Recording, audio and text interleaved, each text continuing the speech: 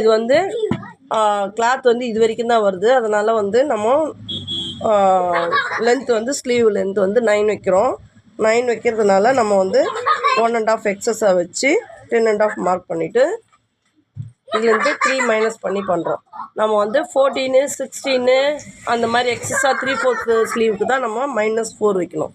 சரியா? இது வந்து நம்ம ப்ளவுஸோடைய லென்த் வைக்கிறோம் பாருங்கள், அந்த அளவு தான், நீ வரைக்கும் தான். அதனால் வந்து 9 இன்ச்சுக்கெலாம் வந்து -3 தான் வரும்.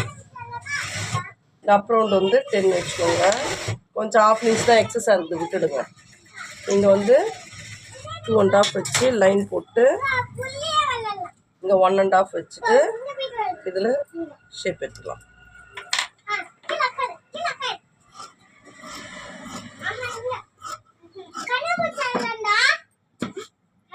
ஓகேவா?